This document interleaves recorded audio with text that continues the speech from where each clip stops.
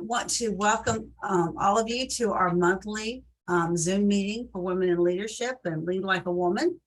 And this month we are pleased to have Elise Parton, who is the KC mayor.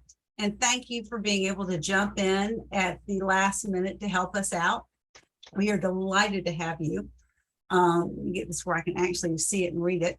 Elise was elected in 2008. She is a nonpartisan leader who holds the distinction of being the first female to serve in the office of mayor in Casey, South Carolina, a historical city across the Congaree River from the state capital of Columbia, a leader on numerous boards, including, excuse my cat, the Joseph P. Riley Jr. Center for Livable Communities. Elise is known as a devoted servant leader who builds consensus, activates innovations, and accomplishes the unimaginable. The fact that she became the first female mayor is proof of that. Voted in a special election in November 2008 to a two-term and re-election to a full four-year term in 2010, 2014, and 2018, she has been recognized for her focus on economic development, her strong representation of Casey's diverse residents, her efforts to promote religious regionalism, ethics reform, while protecting taxpayers' dollars. Under her leadership, Casey has been recognized as one of the top 10 most tax-friendly places to retire in South Carolina and is the #1 city in South Carolina for recent graduates and millennials. Mayor Parton is on the board of Women in Municipal Government for the National League of Cities. She's past president of the Municipal Association of South Carolina, and she serves as the Lexington County Joint Municipal Water and Sewer Commission, the board of the Lexington County Development Corporation, and the board of the River Alliance. She is a member of the Association of South Carolina Mayors and is past president of the Lexington County Municipal Association. In 2015, to benefit her city, she was invited to participate in the prestigious and selective Mayors Institute for City Design, which is a collaboration of the U.S. Conference of Mayors, the National Endowment for the Arts, and the American Institute of Architects. In 2021, she was the first U.S. mayor accepted into the MICD alumni opportunities to enhance her city. A Leadership Columbia graduate, Mayor Elise Parton is the only person to have served as president of both the Leadership Columbia Board and the Leadership Columbia Alumni Association Board. In 2012, she became the Furman University Riley Institute Diversity Leaders Initiative Fellow. She is a 2015 graduate of Leadership South Carolina and one of the first female presidents of the Columbia Museum of Art's Contemporaries, the museum's membership organization for young professionals.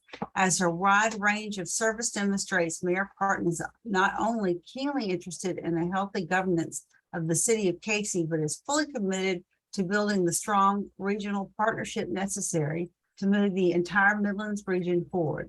To that end, she's partnered with her neighboring mayor from Columbia, South Carolina, and plays a key leadership role in creating and sustaining the Midlands Mayors Forum, focusing on strong collaboration and establishing a unified voice for impact. She was also board chair of the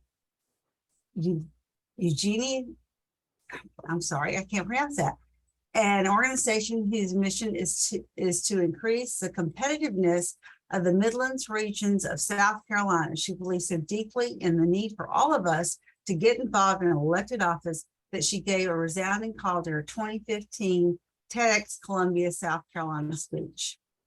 Welcome, Elise Parton, Mayor, City of Casey. Mayor Parton, it's your turn. Tell us what it was like to become the first woman mayor of Casey. Well, thank you so much. I always kind of get embarrassed when the entire bio is read because sometimes it feels like it's longer than any talk I might give.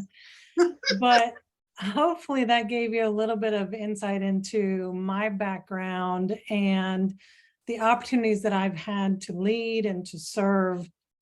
When I was first elected in 2008, I was pretty much the only woman in every room I went into. And I it was important to me to ensure that it didn't stay that way. So I have worked diligently ever since to ensure that other women have had support to stand up and lead, whether that's in elected office or other places. But I do spend a lot of time now coaching women leaders to go even further than they have already, because we need you. We need women leaders to stand up because we do things a little bit differently. We think about things a little bit differently. And it does take all of us. It takes men and it takes women, but we've been too often missing women leaders at the table. One of the women that I helped to get elected to our city council was one of the youngest women ever elected in the state, youngest person ever elected in the state to council at the time. And she had her first baby in her first term, and she had her second baby in her second term. She was a nurse, still is a nurse, and brought that nurse's heart to serving on city council and was absolutely amazing. You know, it's important that we do have all of us step up and lead in wherever we feel like we can make a difference and serve. I kind of did get thrown off a little bit by the bio because it's probably a fair bit of what I would have shared with you, but I'm happy to take any questions about some of those things. In the meantime, I'll tell you a little bit about what we've done in our city and some of the ways that we have made it better and helped our city to thrive. We are a city of about 14,000 residents. If you're not familiar with where we are right across the river from downtown Columbia, from the Capitol. And if you are familiar with that area, if you go across the Blossom Street Bridge, that's Casey. And we're pretty much everything that's downstream, although the Postal Service confuses that matter greatly. But we have a pretty stable population, which has been a big blessing for us because we have a strong identity in who we are. When I first was elected, for a long time, the statistics stayed the same, that about 60% of our residents had been here for 20 years or more. And so we really saw our role on council was to ensure that the next generation wanted to stay as well. And that means different things. The things that younger people want these days is different than the things that I might have wanted, raising a family here or being a young professional. So, you know, we've added things to our parks, and we continue to focus on our Riverwalk and placemaking and places where people can connect. That's been a big focus of what we've done. A pretty cool success story about that has been our River Arts District. If you've been there, that is the original heart of our city. You can see there's one of the brick buildings there that it says City of Casey 1938, and that was our original city hall. It was where the fire trucks were, it was where everything was in that little building. And yet this was an area that had absolutely no life to it. There was no economic development, there was no energy. And so we started working on how we could help it to have its second life. And in part of my bio, you heard about the Mayor's Institute for City Design. That is an amazing program that is available to mayors, but it's really hard to get into. They only take 8 mayors at a time. Didn't cost my city a dime, but it's a collaboration of the U.S. Conference of Mayors, the American Institute for Architects, and the National Endowment for the Arts. And so you have to bring an opportunity or a challenge that your city has. And then you get all this wealth of ideas and resources out of that time, in addition to learning. So this really was a program that was started nationally by Mayor Riley, who was the 40-year mayor of Charleston, South Carolina. And he believed that mayors needed to be the chief urban designers of their city. And so this program really helps you to start thinking that way, in knowing that design and what we allow to be built affects us. It affects economic development, it affects our opportunities, it affects our safety, all of those things.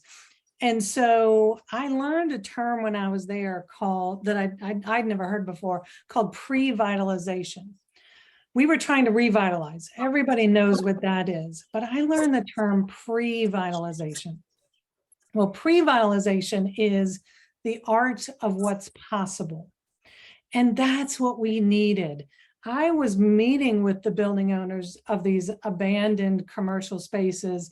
I was meeting with our artists and just couldn't get any energy or anything to happen. And so I came back from that Mayor's Institute for City Design and talked to my staff, and I said, we're throwing a street party. If you've ever been, I hope you have. If you're from this area, it's called a Soiree on State. And other than COVID, we have had it every April ever since.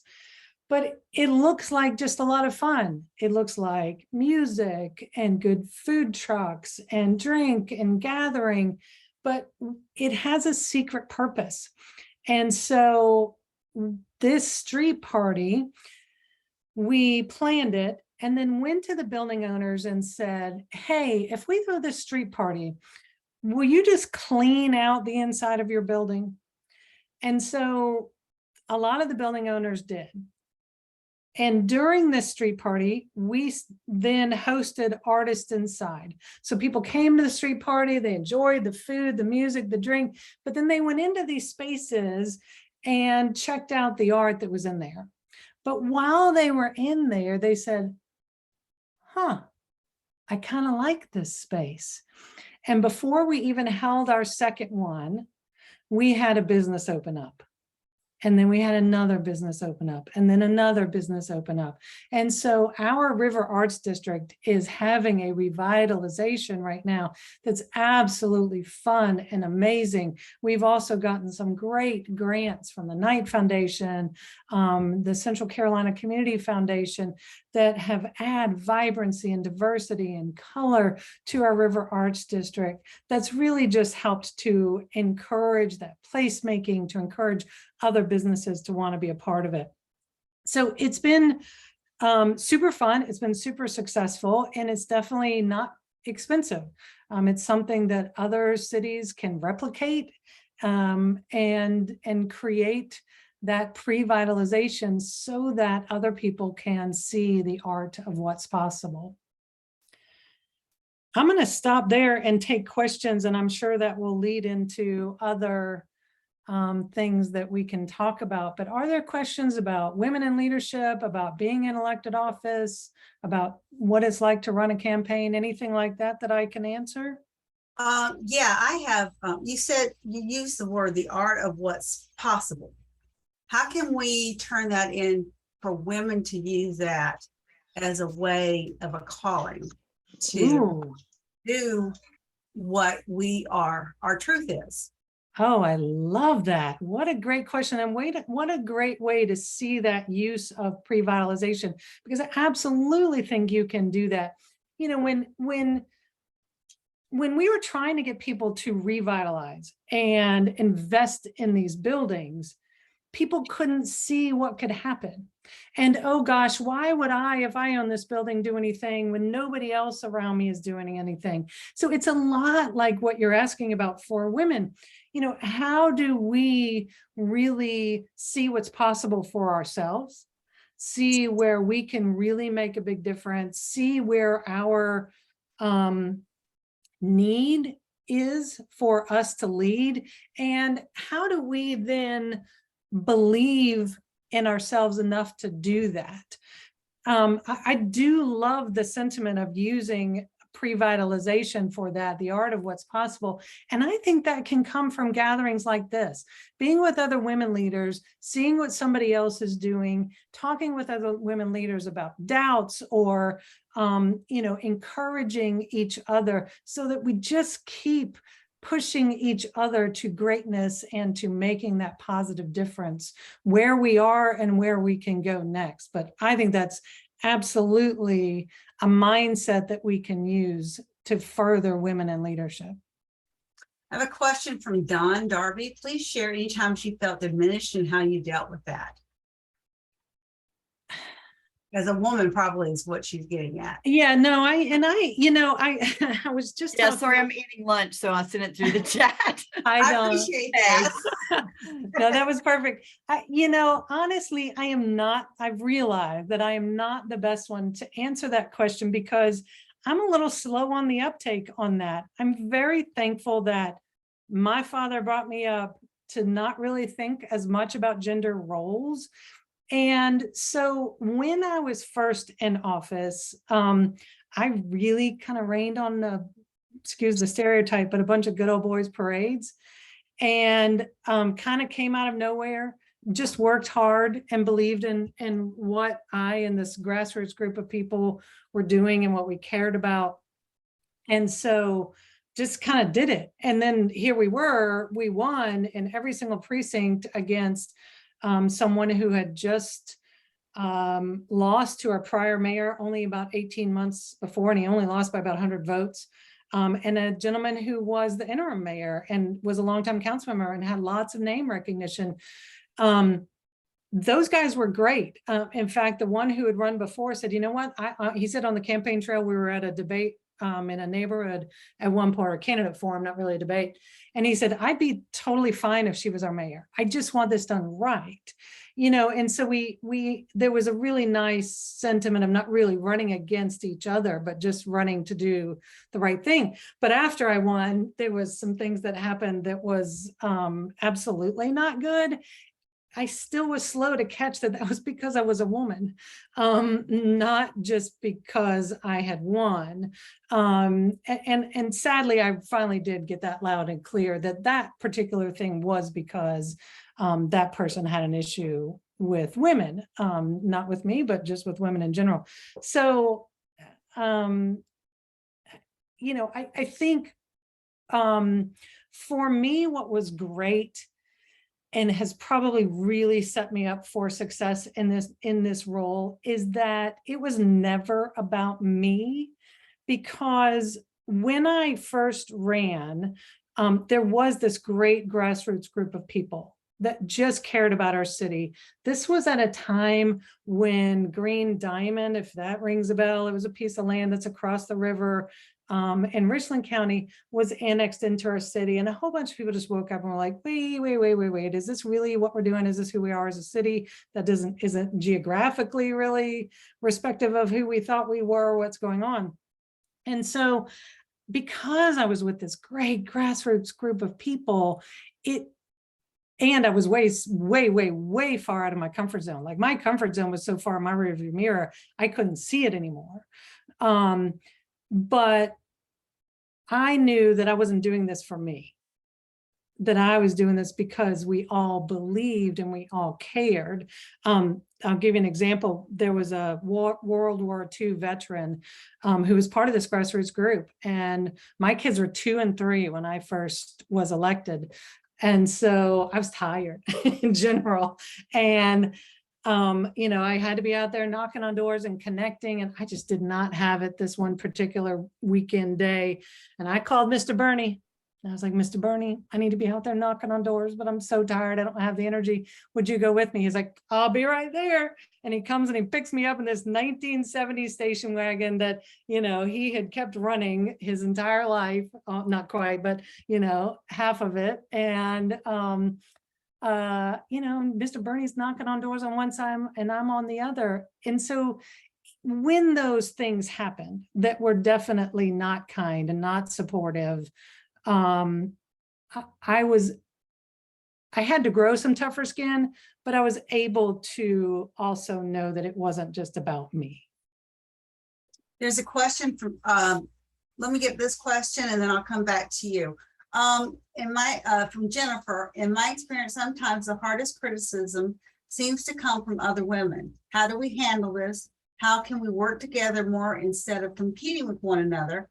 I suspect some feel there's a limited space for women, so we have to compete against each other, but I don't like this approach personally, and neither do I, Jennifer. Thank you.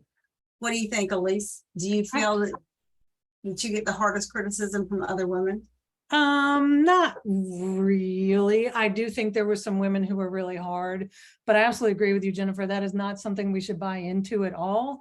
I learned this a long time ago, and y'all might laugh at me, but it's resonated with me. There's two different mentalities we can have. One is a scarcity mentality, and the other one is an abundance mentality.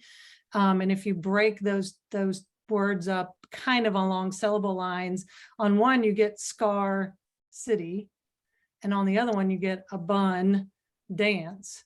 You know, one's much more joyful. And so if we have this mindset that, oh, there's only one of us who can be at the top, then, you know, that's not serving any of us well. I tend to avoid people like that. And so, yes, I mean, I do know that there are women who are out there that do that. Again, I think there's way more that are supportive. And so if we can insulate ourselves with the people who are supportive of us, I think that really makes a difference. But I will tell you what I think I see more when I do executive coaching is not so much that other people are keeping us down or beating us up, is that what we are telling ourselves is pretty wretched. And it tends to go unchecked. You know, even if, you know, somebody comes at us and they're really awful and mean, gosh, we're probably going to tell a girlfriend or our husband or whatever and be like, I just, gosh, this happened today. It was awful. And how rude of them and blah, blah, blah. You know, we'll probably try to get some of that out, but I guarantee half time we don't get out the stuff that's getting said in here.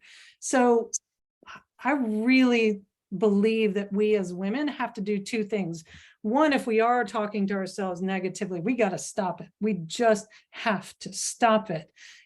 High functioning leaders don't use anything but the right tool for the right job, and beating ourselves up isn't ever the right tool. The other thing that I really have seen, and the research bears this out, is we as women have to stop thinking that we have to be absolutely phenomenal before we will step into a role. By and large, research tells us guys don't do that.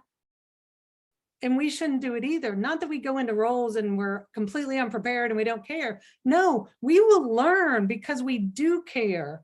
You know, the research and the stereotype in the political world says a man will wake up in the morning and go, look in the mirror and go, gee, I think I see a senator.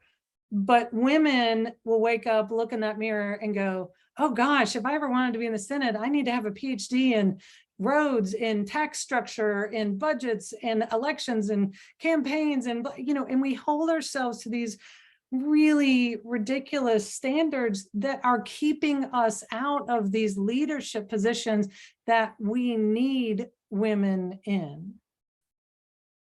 Barbara, you had a question? You need to unmute there. Well, I've known Elise a long time, and I have to say, you have grown incredibly in your job. So not that I have any right to say that. And it's funny because I was talking with a group of women at USC yesterday, excuse my froggy voice. And one of the things I said was that you never see a man question whether he looks good enough or is rich enough or smart enough. Excuse me. In my experience, you don't see a man ask himself that. His ego causes him to run for office. But one of the questions that people ask, and this is sort of the follow-up to what you've already said, was about thick skin. Women who said, not necessarily about running for office, but any kind of a leadership role. They said, well, do I really have to develop thick skin? And, you know, how do I do that without losing my passion and all I can think of is savoir-faire, but my personal standing. So I know you've already talked a little bit about how you had to take a lot of interesting responses to your running for office. So if you could share some ideas on how, I know there's some people on here that may at some point choose to run for either elected or appointed office. How would you encourage them to have a thick skin without looking uncaring. One of our qualities as women is that we're compassionate and we are listeners. So now I'll take my horrible voice away from y'all. Yeah, great question. Thank you, Barbara. I mean, I was blessed with great women who had been out in the leadership world, some in elected office, some not, who I could go to and say, oh my gosh, this is happening. I don't want to give the impression that this is easy. It should look easy right now because it's been hard won. But my first, almost every single council meeting, I would just have a knot in my stomach because of how some of those early things were going. Back to Dawn's question, and just some of the ridiculous attacks and things like that. But for me, that was the tough skin I needed. It was how do I take somebody's actions and not own it, embody it, let it affect who I want to be. How do I just address that is them, that is how they want to operate, but here's what my values are, and here's how I still want to lead and move things forward in an honest, ethical way. So I don't know that I really see getting tough skin as a concern for being less genuine or losing passion. I think it actually frees me up to do those things better, because when I was first in elected office and those things would go awry, particularly from some male counterparts that were just was really unhealthy, it affected me greatly, and I can't lead well if I'm doing that. So just learning to label things, learning to keep them in their place, those things really were helpful. I had a question from Emily. What do you know now that you wish you knew before you decided to run for mayor? Oh, good question.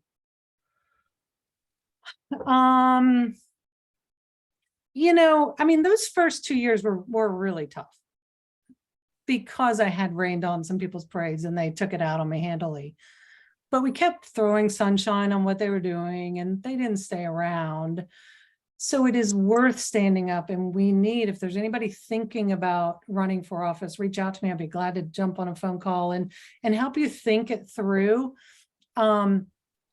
Once you get to the point where you do have a good team, and that's in a workplace, that's anywhere, then gosh, you can really rock and roll, and you can take care of people, you can move things forward, you can create positive change, and it can and should be fun. But it is worth noting what it might take ahead of time.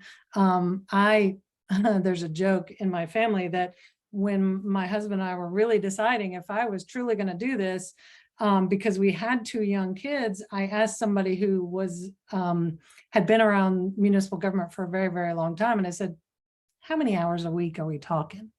And the answer I got back was, about 9 hours a week. And that has been the most erroneous insight I got ever. But I'm sure there are people who maybe could do this in 9 hours a week. I can't. I care too much. I want to be involved. I want to see that things move forward. I want to support my staff.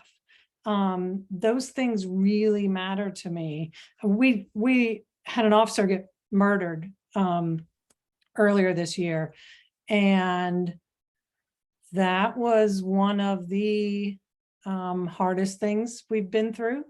Sadly, not the only hard thing we've been through, but one of the hardest things we've been through. And, through those types of heartbreaking, tragic, tough situations to lead through, if you have a great team, it really matters. Mayor Riley, who was one of my mentors and still is, said that disaster meets you where you are. And I love that sentiment, because what that means to me is on a daily basis, I have to lead so that we are a connected community, so that if and when disaster comes our way, we are connected. And so when our officer was murdered, oh my gosh, were we embraced by the community. And I have chills that just thinking about it. And it's what got us through.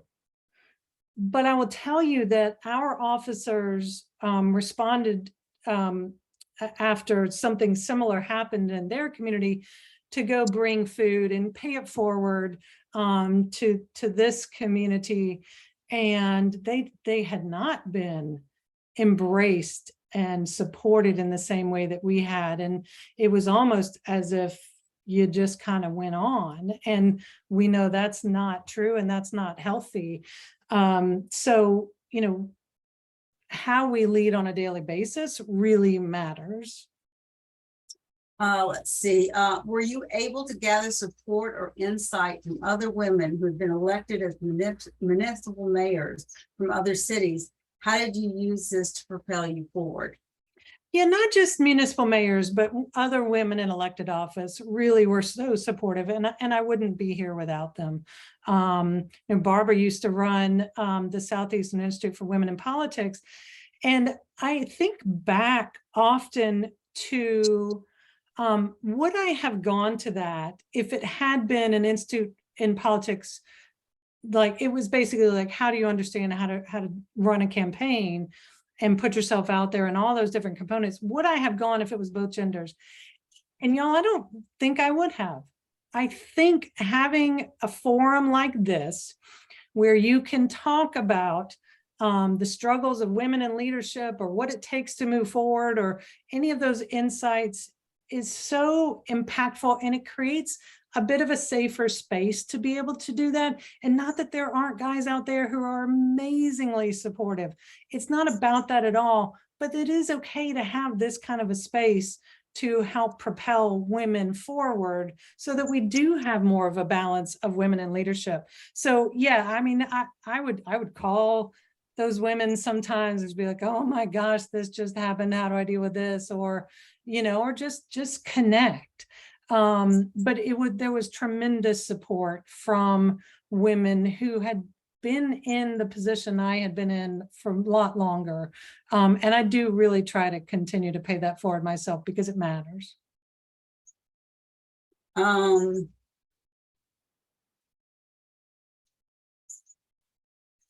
Lisa said, yes, it's an internal process by which you examine your character strengths and build upon those aspects of yourself. I think that has to do with the resiliency toolkit that she's mentioned. Nice. Something about taking the thick skin. Lisa, can you expand on that just a little bit? Can you unmute yourself? Oh, yes. Hello, everyone. So what I mean by the mayor mentioned resiliency. And so how I like to reframe, I come from a therapeutic background. I'm a transplant here, and I actually live in Casey. And Yay! I live in Casey, which is becoming really a transplant town, actually. And we are having a lot of the USC students move out to this area, I have found. But resiliency is defined, you know, clinically, we define that as what are those innate qualities that you have within yourself that you examine and then you build upon. And so I think the word thick skin may have been, you know, a term that, for lack of a better word, what the mayor said about the good old boy network, thinking about just build up a thick skin. Whereas as women, we use the word resilient. We've always been resilient. We've had children. We would know what childbirth is. That's being resilient. We know how to bounce back when we know who we are innately in ourselves and use those qualities to move and push forward. So you have to know yourself to move forward. Absolutely. I think sometimes you have to be in sales to also build that resilient, thick skin. You learn how to hear the word no and not take it personally very often. And I think that's Yeah. a huge thing. Elise, I'm sure you've had to come across Absolutely. this where you don't take it personally. It isn't really about you. Sometimes you have to hear the word no or be shoved off because what you want is not what they want, and just move forward. And I think, Lisa's correct. Resiliency is something most women have, where you pick yourself up, you move forward, you don't let anything knock you down. Is there anything that almost knocked you down and made you rethink, but you said, no, I'm going to get up and do this anyway? No, not that I can think of. I mean, there have been tough times, but not anything that's been that tough.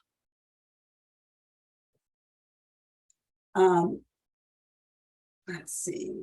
Is there any other questions? Living in a community that is a trans, has a lot of people that are not technically lived there forever. Like I live in Rock Hill, South Carolina, and you always have those folks that say, oh, they're a lifelong or a native Rock Hillian. And, I live in a college community that has a lot of transition, but also close enough to Charlotte, where you're close enough to Columbia. So are you able to tap into a lot of the resources by having trans or people that are not from around here and haven't always done it that way to build, how do you build your team from that? Yeah, I think the thing that I love is that even though Casey does have this stable population, and over the 15 years I've been mayor, we have lost a lot of people who built their first house here, and they've passed away, older generation, but we're seeing that younger generation come in because of the things that we've done, and that they want to be a part of what we're doing. So it's always been a place that's been pretty diverse and pretty accepting of whether you've been here forever or not. So that's fun. But really getting this next generation involved in what we're doing. We, with the Soiree on State, we now have a local coffee shop. We have an art gallery that has a pottery studio in the back. We have pop-up markets at least every quarter, different things that help to bring, people from all different walks of life together. There's a group that there's a Facebook group of, moms in Casey, and they, they'll meet up at the coffee shop and walk on the Riverwalk and all of those things. We did branding for our city probably about 6 or 7 years ago now, and we didn't pull people from Atlanta or San Diego, San Francisco, where some of the big firms are. We used all homegrown talent, and we have a lot of amazing talent in our city. But one of the things that we did when we branded was we asked our residents, who are we? Who do you think we are? And so we ended up coming up with a tagline of time for life, because we are at, but not in downtown. We have lower taxes and fees. We've got the Riverwalk. Our city was born out of the river, the banks of the river. So, there's so much here of, natural resources and outdoor opportunities. With lower costs, your money goes further. So we really think that tagline of time for life encapsulates who we are. Ashley's got a question. Are there any strengths, disciplines you put into place personally, professionally, that have contributed to your continued success? No, good job. Good question, Ashley. I do think one of the big things is that self-talk.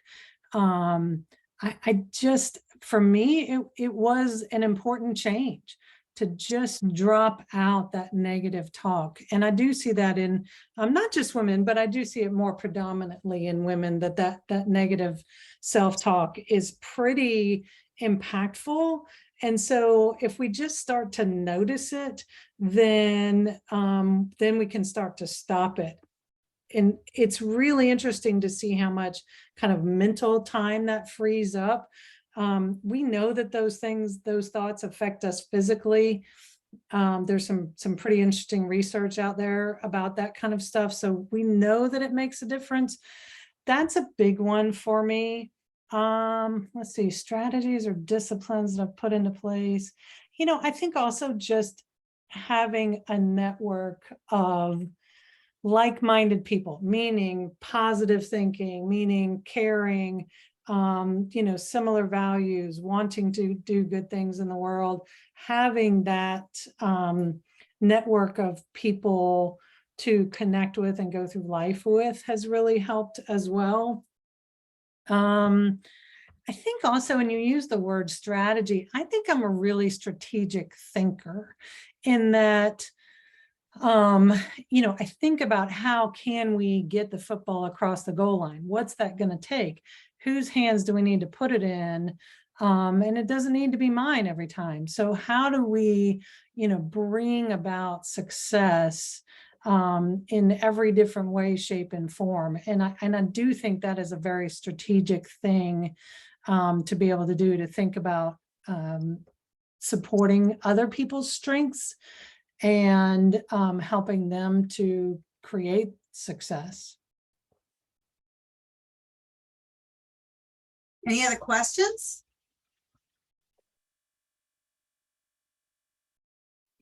I just have one more question. Sure, You Ashley. were talking earlier about, I guess, kind of talking with your family and deciding when it was the right time for you to run. I'm not considering running right now, but I guess the question is more so about, like, how do you know when it's the right time for you to make that or take that next step in your career, in your life, or that next point? A lot of times you'll feel it on the inside first before it happens on the outside. But how did you know when it was the right time to take the next step? Well, I think sometimes it's what's happening around us. So, if you see an opportunity to further your growth or to take that next leadership step, sometimes those things don't always present at the most convenient times. And thinking about, well, can I do that now? Because that's really where I want to go next. Does that fit into, what I want to do and with the energy that I have right now for it?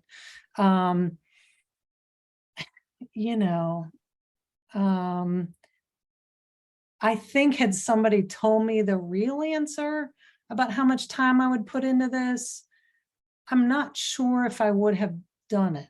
So I'm kind of glad I got that erroneous answer about the 9 hours a week, but I don't regret a minute of it. My kids have grown up seeing what service is like. Their friends helped on, campaigns each time as well from little kids. They got to see what it means and what it's like to stand up and serve. And that's impactful because that's not just about me. That's about seeing the next generation knowing what those things are like.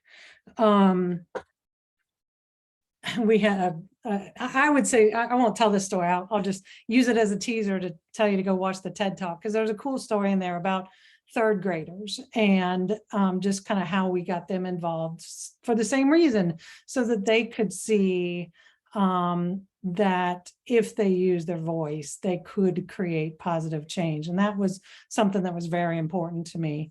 But if you want to watch the TED Talk, it's on how everybody should run for elected office. And if you just look for my name and TEDx, it should come up. What do you think is the biggest obstacle to women running or taking part in leadership positions? I kind of go back to sometimes it's ourselves. That we, and it's so amazing that we hold ourselves to these high standards. It is phenomenal that we do, because it means we are going to knock it out of the park because we care, because we hold ourselves to these high levels of excellence. But I see too many women who don't put themselves out there because they think they need to know more, do more, be better at something, instead of knowing that they'll learn those things as they go. Very few of us graduated from college got into our first job and knew everything. You know, we've learned it as we've gone in that position. And that, you know, it's the same thing for any of our leadership roles. Not that we don't prepare ourselves for excellence. Other things that might be standing in the way. I mean, sure, there are some kind of built-in barriers in some places that, you know, sometimes we think the guys just do it better. Oh, they should be the leader. And I think there's some research that talks about that worldwide. That's concerning. You know, we've got to change some of that mindset. And the only way we do that is for us to step up, because when we do that, then somebody else sees us, you know, their daughter, our daughter, somebody's granddaughter sees us in that role and they go, oh yeah, that's what a leader looks like. So, you know, it is important that we do this, not just for ourselves, but for everybody else as well. Yeah, I think society has a way of telling women that you're supposed to wait your turn. And I'm one of those people that says, no, I don't wait my turn, I jump ahead of the line. But because if you keep waiting for your time, or when somebody thinks it's your time, you may never get up there, because I think that's mansplaining for why men should be in charge and you should sit back and be the secretary. Sure. Just my personal opinion. Yeah, you mentioned that the younger generation and doing, making things appealing, because they do things very differently than what you and I did. I'm in my 60s and I'm constantly amazed at what I thought I wanted at that age and what my daughter, who is at 28, wants at her age, and it was completely different. How do we encourage, or how do we adjust our thinking at our age to encompass the way that younger women think, to encourage them to get involved and participate in a higher level of women's leadership? Well, I think it's kind of along the same notion of, you know, Mayor Riley's thought about disaster meets you where you are. You know, I think every day we should be connecting to the women that are around us. And, you know, if we're listening, if we're talking with them, then we will end up hearing, you know, what matters to them and how they might interact and want to get involved, or how they might see roles for themselves in leadership, and how we can encourage those things.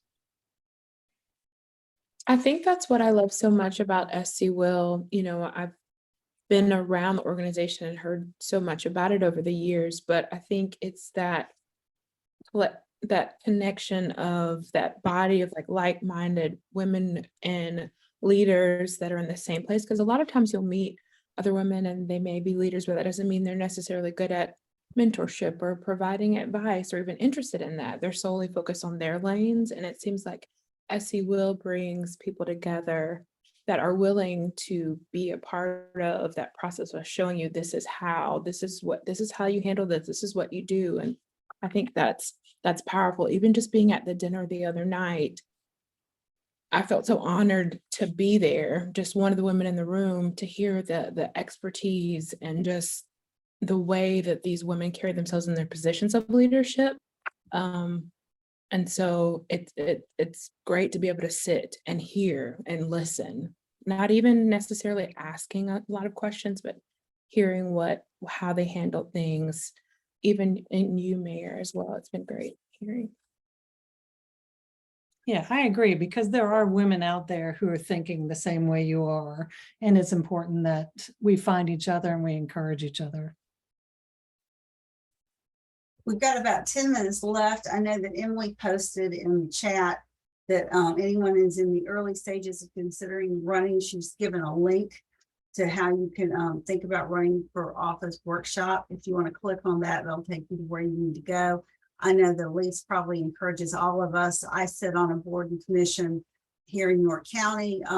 You know, even if you don't want to run for a specific office, we need women on boards and commissions desperately, because that's where a lot of the decisions are made for your city and your county, where money is spent, about tax situations, about, art versus sports. I live in a community where the mayor thinks that there's nothing but sports that can bring money into the community. And I'm fighting with him on a daily basis that there are also, other things to do. But in order to have your voice, you have to participate and you have to be there. So I think I encourage all women, and I'm sure Elise does too, that, you have to participate, you have to jump in, you have to make time for what's important to you. And I always hear, particularly women, saying, well, I've got to take care of my family. I've got to feed my kids. That's what your husband in a microwave's for. Order pizza, go to a county council meeting, go to a city council meeting, get involved in the boards and commission, even if it's one day a month. And yeah, sometimes you have to tell a little fib and say it's only 9 hours to get someone to jump in, because if you told them the truth, they might not. If somebody told me how many hours it would take to be president of whatever organization I happen to become president of, I may not have jumped in and done it. But it takes commitments, yes. But if you believe in it, if it means something to you, you'll make the time for it. But if we don't jump in as women, the old white guys are going to continue to run things for us. And that's not what we want. And we've seen a shift, and we need to be part of that shift. Elise, anything else you want to say before we close out? Well, see Sarah's question. She said, how do you find time for yourself when everybody in town recognizes you wherever you go? How do you find personal space to rejuvenate?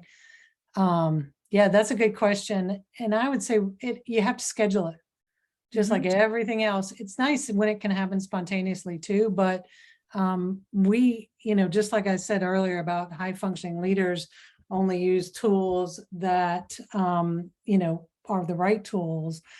That also means taking care of ourselves. So we have to do that. We have to find that time to rest, to rejuvenate, and also send that message to other people. If other people see us doing that, it's actually a good thing, because we're breaking that culture of, oh, well, you're only awesome if you're running yourself into the ground. No, that's dumb. That's not leadership. We have to take care of ourselves.